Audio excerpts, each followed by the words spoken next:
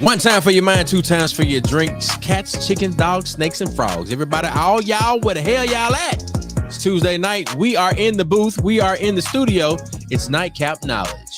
Hosted by DJ George, Chuck, Mr. Mac, Tanya Boy Cannon. The topic tonight is mental health. We're going to be diving into mental health awareness and the forensic setting. So hopefully you are ready for this edition, this episode of Nightcap Knowledge, live every Tuesday night, 9 p.m. Got a couple announcements to get out of the way. The day the world turned blue, it's a day party, it's a night party, it's a groove, baby. DJ Mailman, we got Number Smoke Catering, voter registration by Mississippi Move, and massages by Blue Sky Still Waters. We got a special invite to all of those celebrating Founders Days in January, so be there or be square. We also have STD testing by Care For Me Services. It's all going down at the Nest, 501 West County Line Road, Tougaloo, Mississippi, Friday, January 20th. We also have a nonviolent protest for Jalen Lewis. That's Friday, January 20th, 10 a.m. at the Mississippi State Capitol building right there in downtown Jackson. Check the hashtag Justice for Jalen Lewis. Ladies and gentlemen, it's Nightcap Knowledge. We put some on your head before you go to bed. Let's get the show started.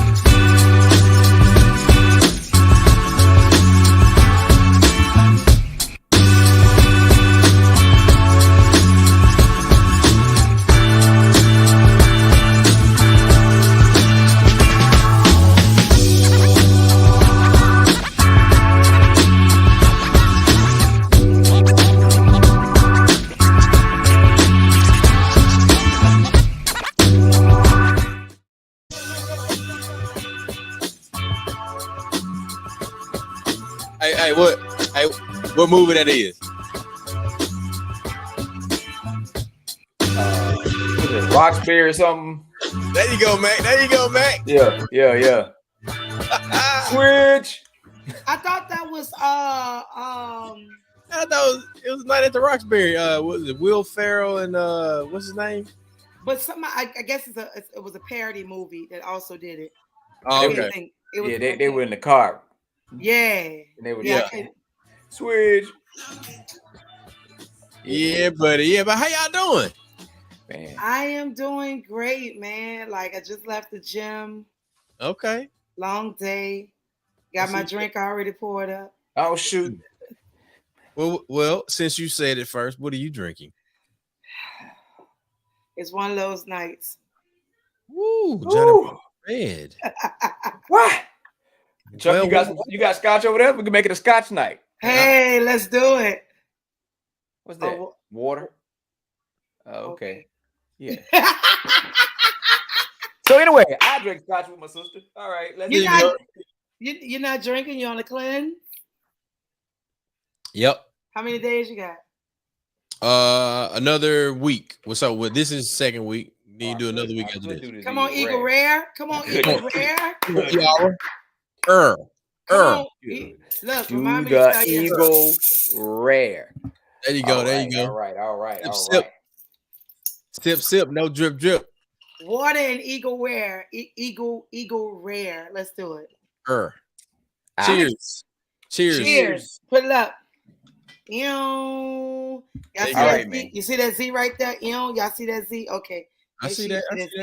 Z5, so sweet. Happy Founders Day, sorors. Yes. Happy Founders Day to all of the January babies. All of the January babies. All right, Ricky Smiley. Look, Bernice Jenkins. Yeah. To all those celebrating themselves and their loved ones in January, we appreciate you. Happy birthday, and we love you. Let the church say amen. All right. You got at the end. Have you noticed this? That older people don't say bye. What they say, man? How they do it? Be on the phone, they be like, "All right, well, I'll talk to you later."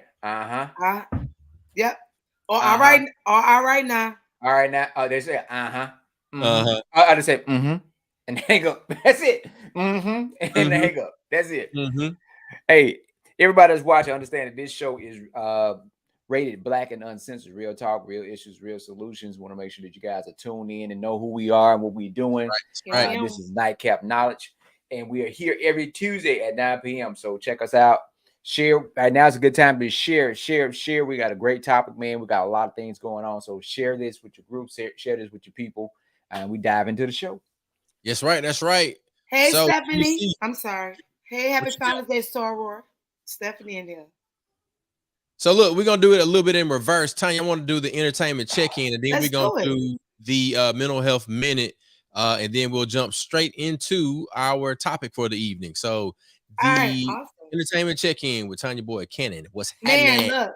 So I just want to share how important it is to have professional collaborative behavior when you are assuming or looking to broaden your brand. So I was at Birdland this last week in New York, had an opportunity to perform with Delphia Marcellus and Uptown Jazz Orchestra, as I always do. Right, them your partners. And that's my people. That's my people, right? And so while on stage, and I showed this for a reason. You told right? That thing. It was a brand new tambourine that was given to me, and I want to make sure I pronounce this brother's name correctly, because he is an author, and not only an author, but an award-winning. He's up there as an author, like a New York's bestseller. And he was in the audience. He had a chance to enjoy the show. His name is Harlan Cohen. So Harlan Cohen was at the show with his sons, and his sons are 9th grade and 11th grade, right? Kids being kids, but they were more mature to where they were there to enjoy the show. And Harlan literally went to his TikTok. He has like millions of views and things of that nature. But I bust my tambourine. This is gonna tie into the mental health minute, right? Yeah. While I'm playing my tambourine, I'll share the video with y'all later. He comes to me and he says, "Listen, I filmed you and I caught you busting your tambourine." He said, "But what stuck out with me was you did not stop." He said, "You went on, you persevered, and you killed that shit." He didn't say shit, but he said you killed it, right? Yeah. And so his sons were so intrigued because it was like, "Oh my God, we're in love with you." And I'm like, "Okay, your kids." They was like, "No, we're in love with you," right? And so it really inspired me and encouraged me to share with everyone out here. You never know who's in the audience. So make sure you're putting your best foot forward. Make sure you are being your genuine, 100% authentic self. And when you find yourself up against a challenge, don't let it overwhelm you. Don't let it consume you. Push through, because you never know when you end up on somebody's TikTok page who has millions of views and over 100,000 followers. Yeah. And so also on Instagram as well. So that continued to inspire me, because the next thing is to get this endorsement for tambourines from the same brand. So I said that, right? So broaden your spectrum as a brand. Know what your brand is. Yeah. Don't worry about who your audience is, right? Because we get caught up on our audience. Many artists say, "Oh, my audience is someone who's in the age of the 15 to 25. The 30 to 45. Look, your audience will be your audience as long as you are authentic with who you are. So be your authentic self. And look, and just look, broaden your spectrum, broaden your brand while being authentic. That's what I want to do. That's it. I love it. I love it. I love it. How you feeling over there, Mr. Mac? And I feel good. And here's the thing about it. So something that we sent that we're going to release to everybody at the end of the show. And our sister Fam Bam Shay is going to hit it home next week about a challenge that we have coming up. So we're going to talk about that at the end. But connecting with what Tanya just said, it goes back to, again, I keep planning this, the faith without work, and you got to have faith in yourself and your deity, and going back to understanding yourself, understanding that you believe that your creator has given you the talents, blessings, and everything you need to persevere and keep going. As long as you don't stop, as long as you keep going, you will be successful for whatever you view as success. But you must have faith, and you must understand to put the work in with the faith, and everything will work out. Tanya kept going. She knew what she could do.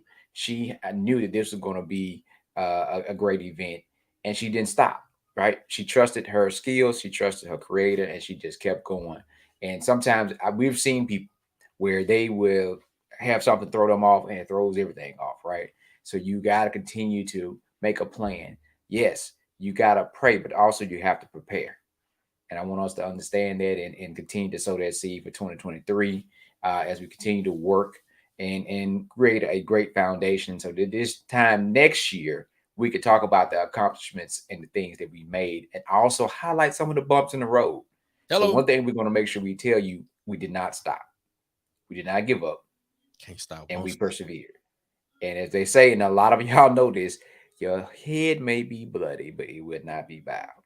So let's keep pushing. All right. Back to you, Chuck. Woo-hoo! Your head may be blooded, but unbowed. All right. Look, man, I love all of the keep going. Don't stop, keep pushing. That's what Robert Moban, that's what he always says. Don't stop, keep pushing. Perseverance. And I think that it's befitting that we're discussing our mental health minute in relation to our topic, and we're talking about certain situations tonight where an individual has found themselves in a situation in the forensic system, and Dr. Fred, who we're going to bring up now, can speak. What's up, Dr. Fred? He's going to speak more about what the forensic system is. This is a Tougaloo alum. He's accomplished in the area of psychology. Welcome to the show again, Dr. Frederick Smith. Very glad to be here. Thank you so much for having me on. That boy shaved. Bow face. He got that bow face. He said he had to be professional. You got that probate face. You got that probate. Just crossed yesterday. There we go. Fred, you got your folks checking in on you, man. Stephanie M. Green is saying, hello, my brother, Dr. Fred. Hey there, Steph. Good to see you. Happy Founders Day, Steph. Happy Founders Day, Tanya.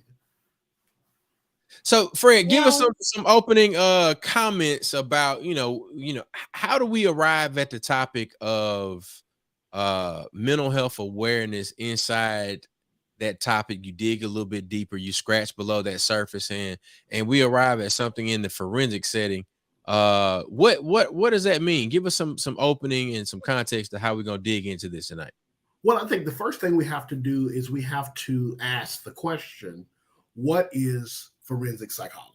Okay. Mm-hmm. And so forensic psychology refers to the intersection between clinical practice of psychology and the law or the legal system. Okay. And so that's what that refers to. And so forensic settings, I prefer to look at forensic settings as anywhere where this intersection may occur.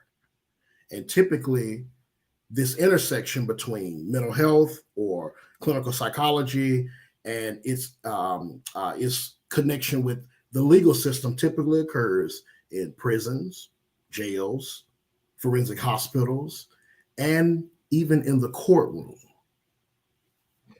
So look, why is it important for us to know about mental health as it relates to, this forensic setting? I mean, are they giving out, mental health therapy inside of prisons and things like that? Or like, why is it important to know?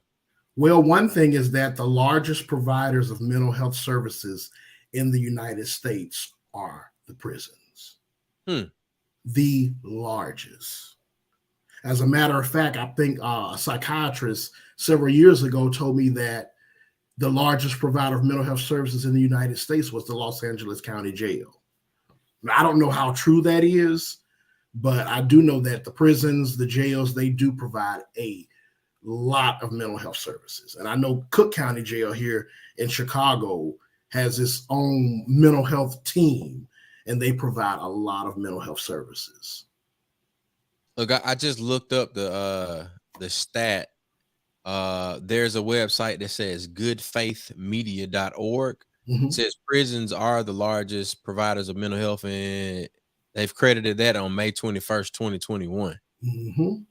I'm gonna do a little bit more digging, but keep going on that and give us some more insight to what it really means for an inmate or a person imprisoned person to be receiving mental health therapy inside of a quote unquote correctional facility. Yeah. And see, here's the thing, and it's not just in correctional facilities, but then also you cannot leave out forensic hospitals. Okay, where a person who has had an encounter with the legal system may be hospitalized because they may have been accused of or been found not guilty by reason of insanity for committing a crime. And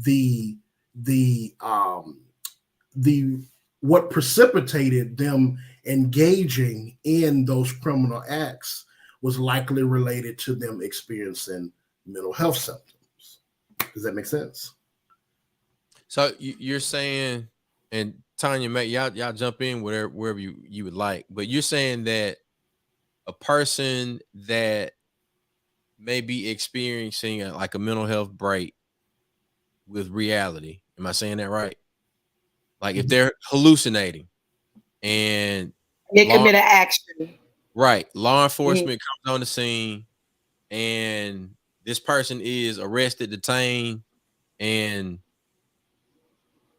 what is the kind of progression where they find themselves behind bars, or how did they get to the point to where they may be found, unfit to stand trial, or how does that work? Okay. Well, here's the thing. So first and foremost, let's say a person is having, psychiatric symptoms such as delusions or hallucinations. Okay. And typically people, and we call that psychosis. Yeah. Okay. And typically psychosis can occur in illnesses such as schizophrenia, bipolar disorder, especially when they're having a manic episode, and then even major depression, where the major depression can be so severe that it can have psychotic features. And then also people that have dementia can also experience psychosis as well. And so, of course, psychosis can include hallucinations and delusions. And so hallucinations, and the most common type of hallucinations are auditory hallucinations in the form of sounds or voices. And so people may hear voices that are not really there. And it causes them to have an action. Right. Especially if a person has command hallucinations. If the voices are telling them to go and do something or commit some type of act, they may engage in such unlawful act because the hallucination is commanding them to do that. Okay. So here's I have a couple of questions. When that act is acted on, right? They've completed the act. Now they've been incarcerated and now fit to be hospitalized. Okay. Okay. So now there are two different avenues. Okay.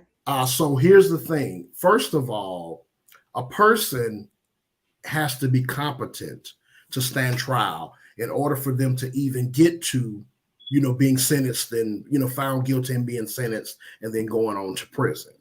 Okay. So in with the court system, everybody is presumed to be competent. Okay. And so a person's question of competency to stand trial can be raised by the defense attorney, the prosecutor, or the judge. And so when the question of competency is raised, then the court is required to inquire about a person's competency to stand trial. And there are several different types of competencies. Mm-hmm. You have competency to stand trial. You have competency to receive the death penalty. You have competency to raise Miranda rights. You have all these different types of competencies, but specifically competency to stand trial, because see, everybody has the right to a fair trial. Absolutely. Okay. And so competency refers to a person's ability to basically understand what's going on in the courtroom, and being able to also assist your attorney in providing a proper defense. And so a person might be having some mental health symptoms, or some an intellectual disability, or even some severe memory impairment that may be hindering a person's ability to understand, and to assist in their own legal defense. Does that make sense? Yes. So you don't have to divulge this information, but I do have a question, because after working for 12 years in law enforcement, the field in the prison system, I would notice that some of the inmates would use the system, manipulate the system to see if they can get certain privileges, right? Mm-hmm. One would be, I'm gonna kill myself. They would often say that. And the first thing, once that statement is raised, mm-hmm. then us as deputies, at first I was medical assistant, then deputy. What we have to do is basically call that in. It mm-hmm. will be put in a 5-point restraint, mm-hmm. depending on how long they were having this manic, episode or psychosis. Then they would move to the next step. However, there were some who manipulated the system. Mm-hmm. So without you having to divulge that information, how do you all know when it's being manipulated versus a real situation? Okay. Well, see, we have ways to determine that. Okay. We have ways that we can look at to determine whether somebody is pretending, or feigning mental health symptoms, if that makes sense. And I don't want to go into too much. Right. That's why I said you didn't have to divulge. Right. Okay. That's what I want to know, because I know some of the guys who be like, yeah, if they couldn't have their way, I'm about to kill myself. Okay. Mm-hmm. And I had to write it up. Once I wrote it up, it was sent straight out, So. But see, now, of course, if somebody's threatening suicide, then of course we have to take all of that seriously. Exactly. And that's what I would do. Right. You have in my position. Yeah, you have to. You have to. Okay.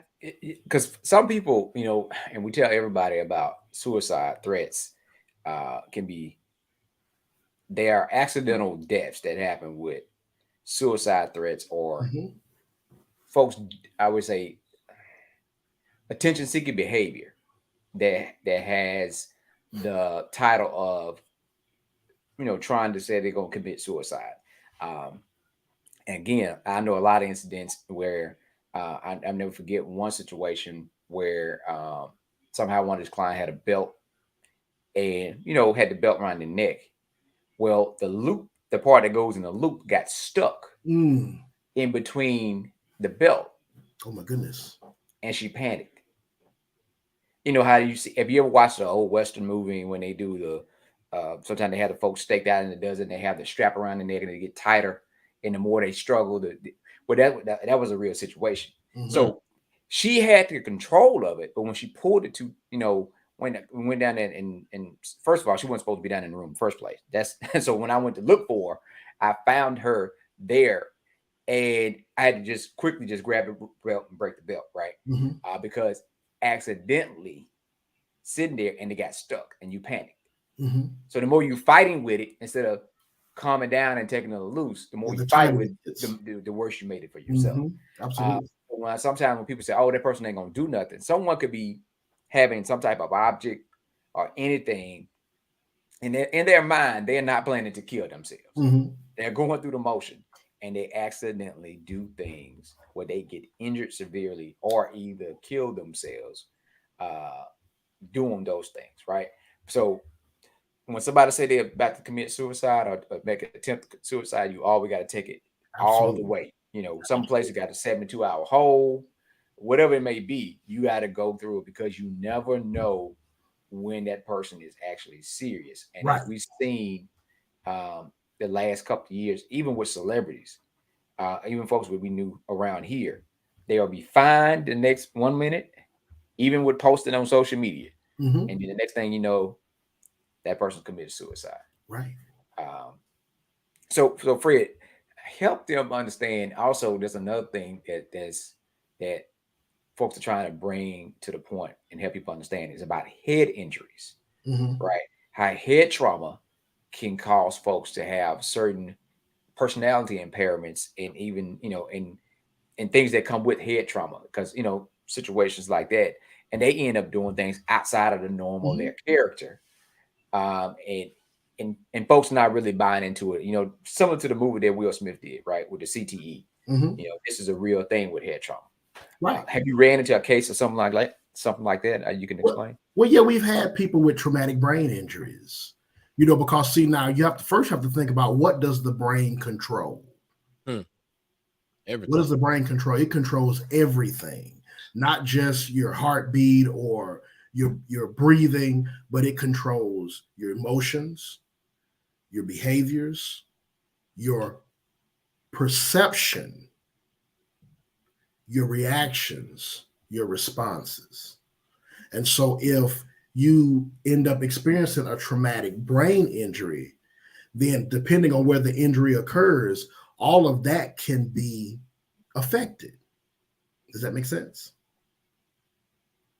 And even like when people have just like physical conditions like a stroke, that can even affect a person's brain functioning level of functioning, and then may even lead them to even experience psychiatric conditions, because we do have a cluster for every area of mental health disorders, because in the DSM the disorders are grouped in certain categories. So you have psychotic disorders, you have depressive disorders, you have anxiety disorders. And then you have trauma and stress related disorders, then you have sleep disorders. And so for each of those disorders, you have, for example, anxiety disorder due to a general medical condition, or psychotic disorder due to a general medical condition, or depressive disorder due to a general medical condition, where because of the general medical condition, a person is experiencing these symptoms. Does that make sense? I mean, I just diagnosed a person with bipolar and related disorder due to head trauma a couple of years ago, because he fell and hit his head in the basement of his home. And then he started to develop these depressive symptoms, and then the mania came. And so when I did the psychological evaluation to clarify that he was having these symptoms. And then I got the medical records, and it showed in the records that after the injury, he started experiencing these mood changes. And so I was able to link his symptoms directly to the head injury. So bipolar and related disorder due to head trauma. Because like I tell people, there is no difference between physical illness and mental illness. They're all connected. Where mental can beget physical, physical can beget mental. Does that make sense? And then even considering panic disorder, which is an anxiety disorder. A lot of the symptoms of panic disorder are physical symptoms. Rapid heartbeat, dizziness, nausea, chills, hot flashes, feeling like you're being choked or smothered. All of those are physical symptoms that come along with the panic disorder. Does that make sense? So I have a question. I know we have our nightcappers on, so make sure you guys are putting your questions in the comment section so we can ask. Make sure you get the answers you're looking for tonight. I know for me, there are moments that I have had different and I don't want to say episodes because I don't want to misdiagnose because I'm not in the field of mental health. However, I do know that some things were abnormal. So when I've reached out to you before and talked with you, I've talked with some of my cohorts, my sorority sisters, and other professionals. How often do you see people, because we just finished from the holidays, right? We're moving into now dealing with Black History Month, which is also another heavy season for especially us as Black people, right?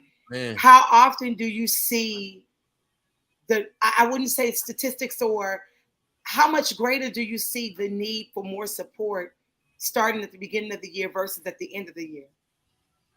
Honestly, I think that people should have support all year long, because like we were talking about at the last Nightcap Knowledge where I was on, we were talking about holiday blues. Mental health symptoms don't take the holiday off. They sure don't. They'll be there whether it's Christmas, 4th of July, Juneteenth, Labor Day. They'll be there. So, and this is not my own personal opinion, but I think that people need to have support all throughout the year. Yeah. So there are some people who and you could talk to this because I really want all of our nightcappers to understand that there is support. Don't worry about how much it costs. Just get the support. So talk to us about, if people don't have the finances to receive support, how can they still get support? Yeah, it's a great question. Well, first thing, okay, so now, of course, we do have, and it's because I wish that the United States would be like Canada, where, Canada has free health care. Yes. And so we really don't have that, but there are different programs. And of course, I don't really know the specific names of the programs, but if I'm not mistaken, that some states are required, if you don't have some type of medical coverage, some states are required to offer that, especially like with Obamacare. And I know when Barack Obama was in office, he pushed for us to have universal health care of sorts. Does that make sense? Yes. And so some states do require or they do offer health care to those specifically if they are not able to have it because they may be unemployed, if that makes sense. Okay. And then, of course, we do have, for those 65 and older, we have Medicare, and then, of course, Medicaid for those that are eligible for those type of services. There are some community-based mental health centers around, and especially in the Jackson metro area, but also across the state. And then there are also organizations and church groups that are starting to offer mental health. So what we are telling folks, listen, just start to reach out to people. If you know somebody in the field, let them use that Rolodex till they find out that's where you can go get free service. Right. And a lot of times for shows like this and people that have the ability to tune in, this might not be for you. It might be for a family member of yours that's not on social media, right? And they need it. So it's part of your responsibility and duty to make sure that we help connect them with the resources that they need. Because you don't want to be the person sitting there and say, I wish I had a call cousin such and such when I saw that. I didn't know that he was going to do that, or know that was going to happen. So let's make sure we understand and be mindful of that and getting this information out. And then there are some hospitals, there are hospitals, 501c3s, nonprofit organizations that, if you don't have healthcare coverage, they can't turn you away. They still have to provide the services regardless. Does that make sense? Yeah. And then I know even in the city of Chicago several years ago, there were some community mental health agencies that were offering free mental health screenings and mental health services to those that were in need. Yeah. And I think I want to really want to make sure that all of us on here, I know that we are well aware of how important it is to have that mental health support, and also have that circle of support. Chuck and I was talking probably back in December, and I shared with him, and I talked with Mac as well, that we grew up, mental health was not talked about in the household. We'll mention how one family member, something wrong with them, don't mess with this person, or don't do this because they'll click and you ain't gonna be ready for it. We never talked about the actual names or diagnosis, right? And then we also never talked about how important it is to get support when we prayed and all we could pray and we still haven't found an answer. Then God has already provided those people in those spaces to help us with those answers, right? Right. So I want to really, really make sure that our nightcappers, as well as those nightcappers sharing with their family and friends, truly understand this is a safe space. And Absolutely. We want to make sure that you are sound and that you have the support that you need. And it's okay to seek support. It is okay to have a therapist, to have a safe group, to have a psychiatrist, to have a social worker, to have a pastor, someone that who's going to be neutral, but also give you what you need. So. And then also there's one tried and true way of finding what you need. Good old Google. Good old Google. Yeah. That's exactly what I just did. Yeah. You Google mental health services, because I've had clients that I had one client that had lost her daughter to suicide. And she was her teenage daughter, and she was really, really struggling. And so I found some support groups for parents that have lost their children to suicide from Google. And I gave her all that information. Yeah. She did. Fred, could you dive into more about the forensic part, like explaining to people some of your experiences? Like, have you ever had to do a psychiatric, assessment for a trial? Have you ever testified in a trial? How does that work? Oh yeah. So when I did a stint as a forensic psychologist while I was living in Georgia, and I first got introduced to forensic psychology while I was doing my internship. And of course, we were required to do a 6-month rotation in clinical psychology and then a 6-month rotation in forensic psychology. And so the type of work that that was being done on the forensic mental health unit was, of course, competency to stand trial evaluations. And then we had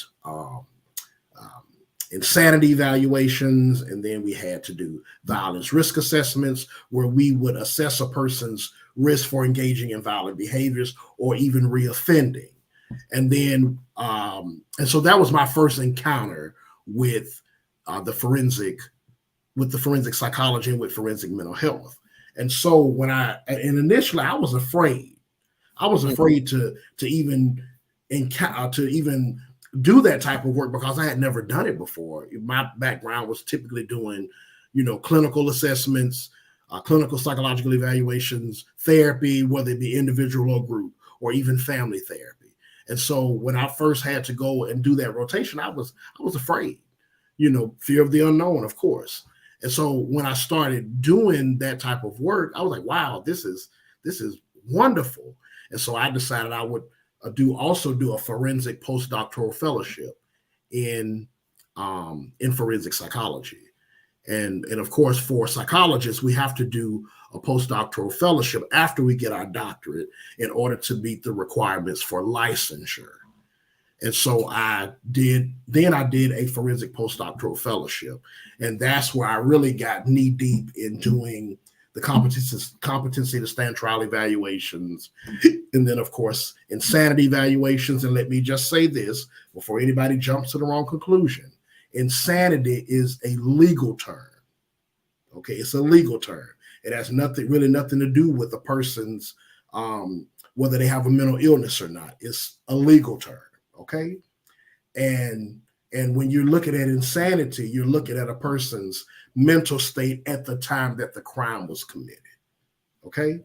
And so, of course, we did those type of evaluations, and then the violence risk assessments. And then, of course, we had to go and testify as an expert witness. So I've testified in, about close to 50 court hearings as an expert witness.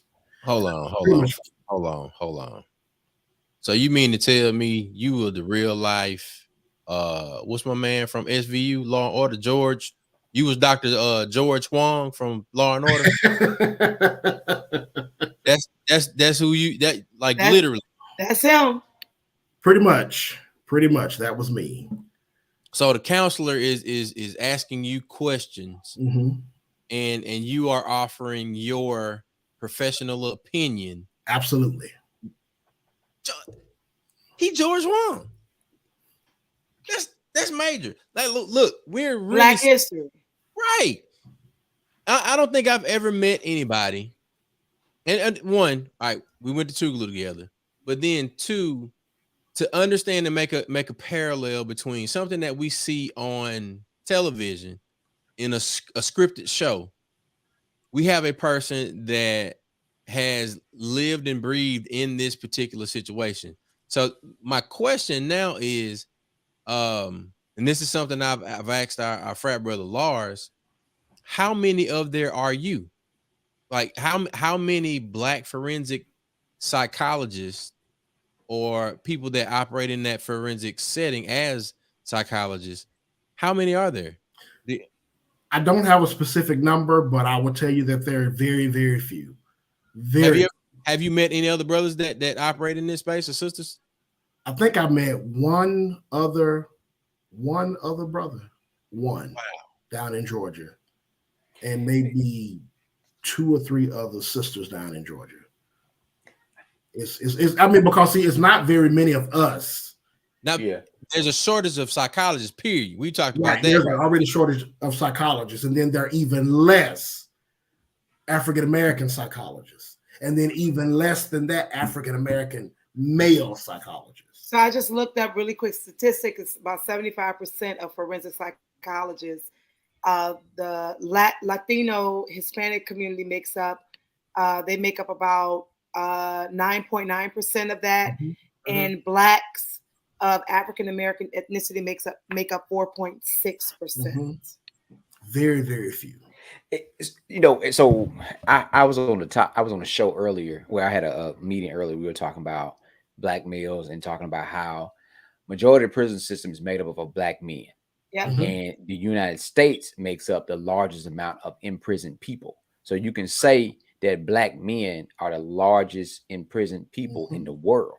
Mm-hmm. Think about this. When you don't have folks, we talk about biasness, in implied biasness. Absolutely. And when you have folks that already have a preconception of who you are when they see your skin, right? So now that makes a big difference when you talk about forensic psychology, because this is the person that's going to be evaluating you to see if you are suffering from anything when you committed that crime or whatever. Mm-hmm. Just like when that rich white kid, that right child, he was 16 years old, had his own house, had his own car, and they diagnosed him with affluenza, mm-hmm. saying that he never heard the word no. With him never being told no, it preconditioned him to be able to think he can do whatever he wanted to do. And they put it on his parents. They're saying because he never heard the word no. But when you have children that we've known, that we've worked with, that never had anything, when they had to steal to eat and steal to survive, mm-hmm. you send them to prison. You know what I'm saying? But you can say that this child should get away with what he done because he never heard the word no. Where it goes back to, again, who's doing the assessment, mm-hmm. who's looking at environmental and induced behavior, all this stuff. These are real. We really don't have to go that far. We can just talk about simple stuff and the difference in how a system is, but we don't make up enough of the systems to make sure that we Equality can get a fair shake. Yep. You know what I'm saying? If you ever go to the hospital, especially in Jackson metro area, you look at majority of the Black folks are in a support type staff. We're not talking about doctors. Yeah. We talk about other major positions inside of the hospital. Yeah. We are the techs. We are not the large people that provider. Are doing those different things. You know what I'm saying? Yeah. So because these things are not exposed to us. No one has talked to us. No one's talked about us about being a forensic psychologist and the importance it plays in our community and our household and our families, and how we can help our people by understanding our culture and also understanding the justice system and psychology. Mm-hmm. Right? Or even if we are inspired to want to do it, we question how can we do it. Mm-hmm. And the minute we start questioning it and we start looking at all of the obstacles or challenges that we have to face to get it, oppositions, then we say, oh, no, don't worry about it. I'll just keep sweeping the floor. I'll just keep dealing with the trash. Or someone talks us out of it. Out of it, yeah. Yeah, you know what I'm saying? And because they don't see it for you, you know, and a lot of times when people say that life and death is in the tongue, I want people to understand that means that literally, because people can stop your growth by what they speak on you and what they make you start to believe yourself, right? Which goes back again. Start talking about trauma, start talking about certain different things, where we would be if someone had inspired you to help you understand. And a lot of times because they are suffering, because they are not dealing with what they need to deal with. Mm-hmm. So they pass. My favorite show is one of my favorite shows is Criminal Minds, right? And just so happens. So when I finish this, I'm just telling y'all, we're about to go watch another episode of Criminal Minds Evolution, right? But they said that our parents really mess us up. That's one of the poems, and it's an actual poem. They pass all their faults onto us, but also leave a little room for you to create your own. Mm-hmm. And that's one thing I like about Criminal Minds, where they talked about those things. So you see a lot, Fred, where children or folks come from certain environments. Can you think of certain situations where the upbringing played a major part in their decision making when you start to unfold and hear more about the case or whatever happened? Have you ran across some cases like that? Well, when you look, you have to keep in mind people's life experiences can have a major impact on a person's belief system or thinking pattern, if that makes sense. And I know there is an exercise that I do with my clients where I have them to write down all of their most stressful experiences. And once they're able to write that down, then I explain to them that, know, there is a connection between our thoughts or our beliefs and our environment. And see, we can be affected by both present and past adverse, negative, or traumatic experiences. And they can affect us beginning in our childhood and even up to this very moment. Does that make sense? Yeah. I two probably three things. Because I'm reading what the Sister Mac Oliver has in the comment section that really sparked what my first question to you, Fred, because you deal with a lot of energies, right? And we always talk about energies and spirits on our show, how we are to always guard and prayerfully protect ourselves and our spirits and energies. How do you digress daily from these conversations, these diagnoses, these episodes? What is, and you can say more than one, you can share. How do you stay competent, sane, and motivated to continue to help the next person understand who they are? And then I want to jump on that sister on Mac Oliver. Okay. Well, first thing, and this is something that I share with Mac and with Chuck during the last Nightcap Knowledge where I was present. I believe that doing this type of work is what God called me to do. It's my ministry. And so because it's my ministry and because I believe that I'm operating in his will, because remember, the safest place is in his will. And because I'm operating in his will, he leads me and guides me, and he protects me from all or in any type of danger or evil that's around me. Does that make sense? And like I said, I'm not trying to push religion on it. No. That's just personal. And I trust me, I received that. I received that 1000%. So in God leading you, what are ways that you release? The second thing is that I try not to bring, I try to disengage from all of that goes on, at work and in the type of work that I'm done. When I come home, I leave it at the door. I don't bring it in with me. Okay. Okay, that's the second thing. Next thing, I lead a very low stress life. And I don't allow anybody, whether they be family, friend, foe, frat, church member, significant other, anybody else, bring drama into my life. Does that make sense? I know that's right. But if you're going to bring drama into my life, I don't care who you are, miss me with that. You can't bring that over here. Because I deal with a lot of, right. You ain't got to lie, you're a tourist. Look, we went there because look, all I was thinking was, I said, and all of that greatness and amazingness, and then that's what allowed you to have a good time at Tougaloo Homecoming, as well as and get ready for Mississippi Greek Weekend. But no, I love it. Go ahead. And then I seek out my own therapeutic support. Yeah. Absolutely. Seeking my own therapeutic support. And then I surround myself with people that I know have my best interests in mind. There you go. That's it. That part. Because I talk to my clients about, especially those that battle with depression, and we talk about the different treatments for depression. And one of those treatments that I talk to them about is improving relationships. I'm not going to be in relation with anybody that is toxic. That part, because I got to be in a relationship with myself first. Right. Yeah. So anybody that's toxic, anybody that's going to take from me and not pour into me. And I'm going to pour a drink while you say that. That part. We have to cut ties. And it doesn't matter whether we're family. Because some family members, I love them from a distance. Does that make sense?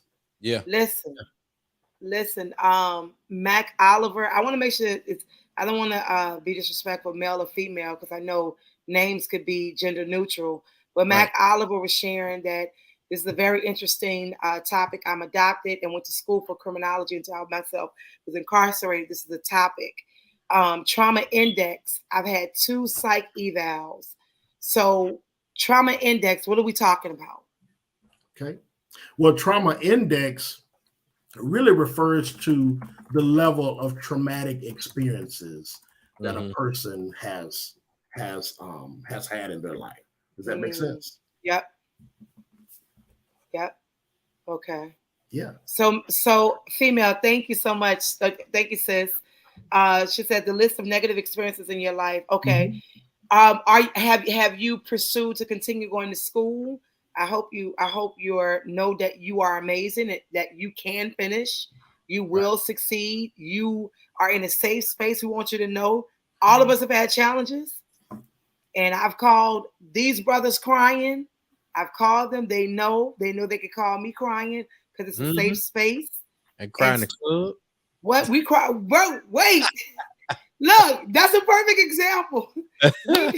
Mississippi Greek Weekend, Chuck was having a moment, and he just took it out on us. Oh no, not me, brother. So I called him out in the club, and I was like, "You wrong," and I started crying. He started crying, and we had a whole kumbaya in the club and had shots after that. Yeah. Safe space. It's a safe space. Absolutely. Anybody have questions? Make sure you guys put your questions in the comment section. That way we can make sure we answer your question. I have a question, and I feel like I bring this up every time we talk about this. We've talked about mental health first aid training, and I feel as if the indicator of the amount of mental health services that are being administered, provided inside of forensic settings, specifically to incarcerated people. Why aren't we on the front end equipping those who will come in, who will encounter the public, the community? Why aren't we equipping those people who are supposed to enforce the laws with mental health first aid? Like, all right, if we getting these folk and they going into this building, this system or whatever, right? Mm-hmm.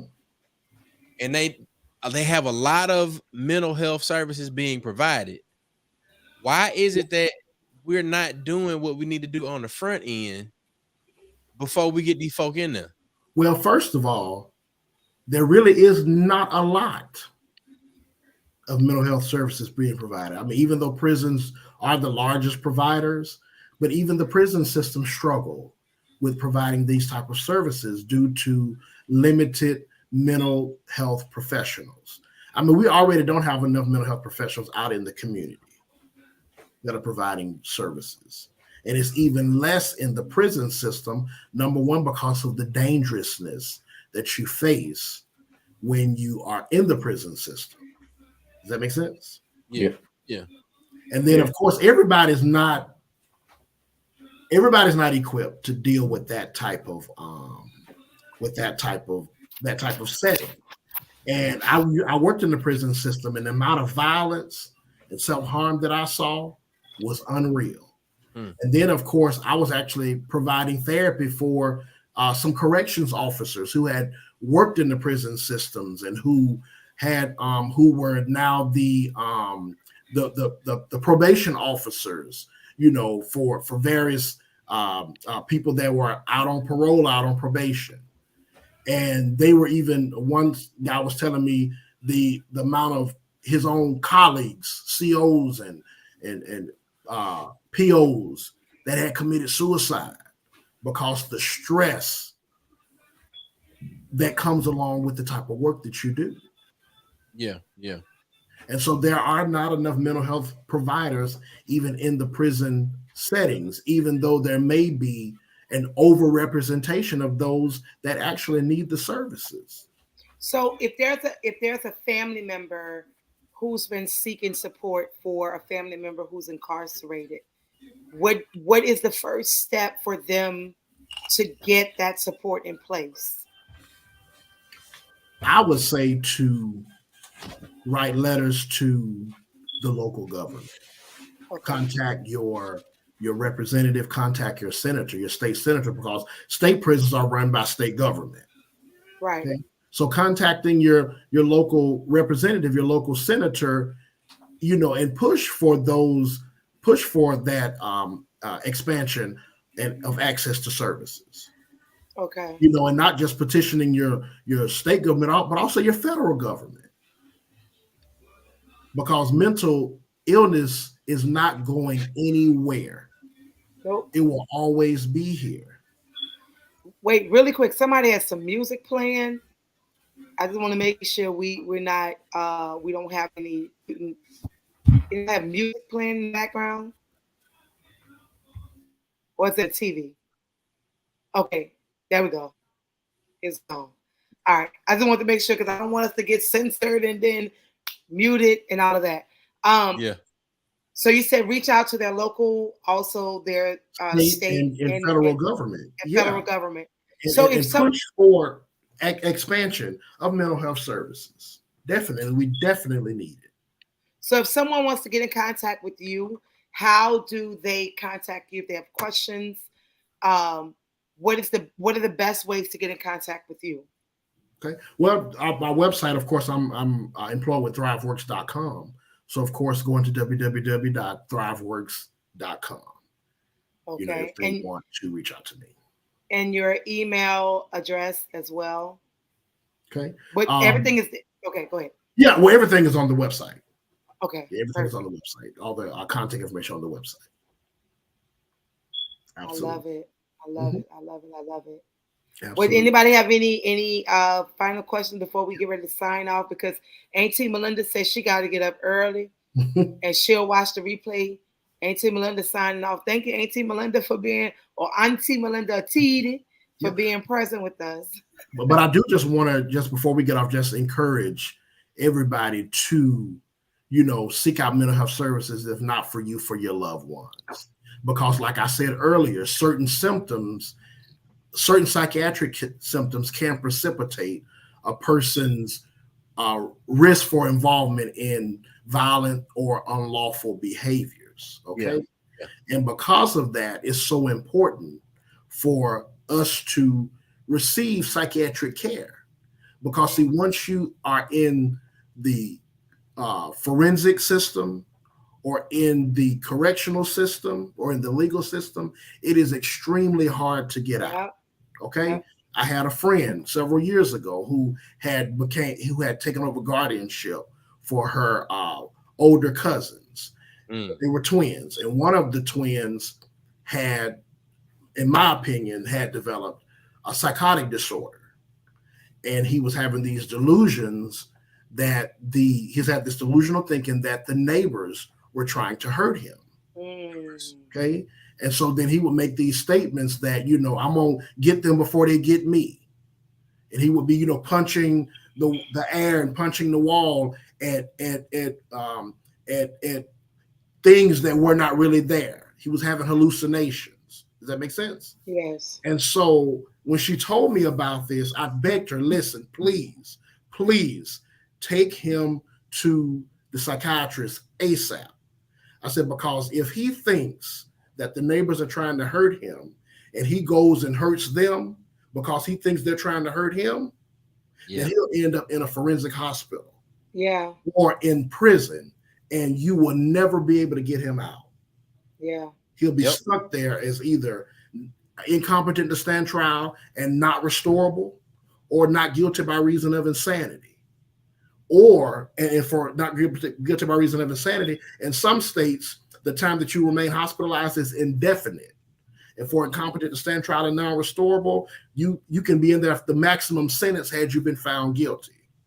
And then if you are guilty, you end up in prison. And once it becomes a court-related matter, there's nothing that you can do about it. Yeah. Does that make sense? Yeah. And so that's why it's so urgent that we have to seek out treatment for us and our families. That's right. Does that make sense? Yeah. I mean, together we achieve support and we achieve more with transparency and truth. So listen, it is okay to seek mental support. It is okay. That's right. To not be okay. Absolutely. Because that's why people like Fred is in this position to help you find the solutions to healing mentally, spiritually, and physically. That's what Mac is always telling us about on our Mental Health Minute. Chuck is what's the groove, myself. So listen, it is okay to not be okay. Please seek the support. And know that we love you, baby. Trust me, we love you. Absolutely. All flaws and all, because we all have flaws. Yep. So please seek the support that you need, and know that it's okay to get that support. Well, look, we got some folks that have jumped on late. We hope that y'all have the replay will be immediately available, so you can consume it at your leisure. It's available on Facebook and YouTube, and there's a live stream on Twitter right now too. So we definitely appreciate everybody for checking in. Any closing words, Fred? No, just be well. I want everybody to be well. Ashe. Well, look, we want to remind everybody that coming up next week, we got Get Fam Fine. Yeah. We're continuing our health efforts to increase awareness around mental health, physical health, and financial health. So we definitely want to remind y'all about that. So tune in Tuesday, 9 p.m. Fam Bam Shay will be in the studio. And our last reminder, we've got 2 nonviolent protests for Jalen Lewis. That's this Friday, 10 a.m. at the Mississippi State Capitol building, downtown Jackson. And once you leave there, you can stop by the day the world turned blue. It's a day party. It's a night party. It's an all-day party. The day the world turned blue, right there at the Nest, right across the street from Tougaloo College. And it's going to be one for the books. So look, Dr. Fred, Mac, Tanya, where we going? We going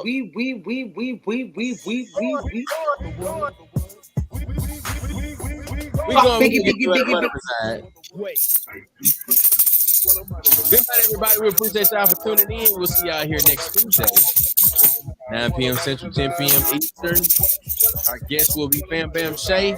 Make sure you like and subscribe and comment and invite somebody to do the same thing. Let's get to where that money resides. Save some, invest some, and make sure you pay your bills. Got to pay them bills, baby. Got to pay the bills. We'll see y'all next week. We'll be getting fine. Biggie, bop.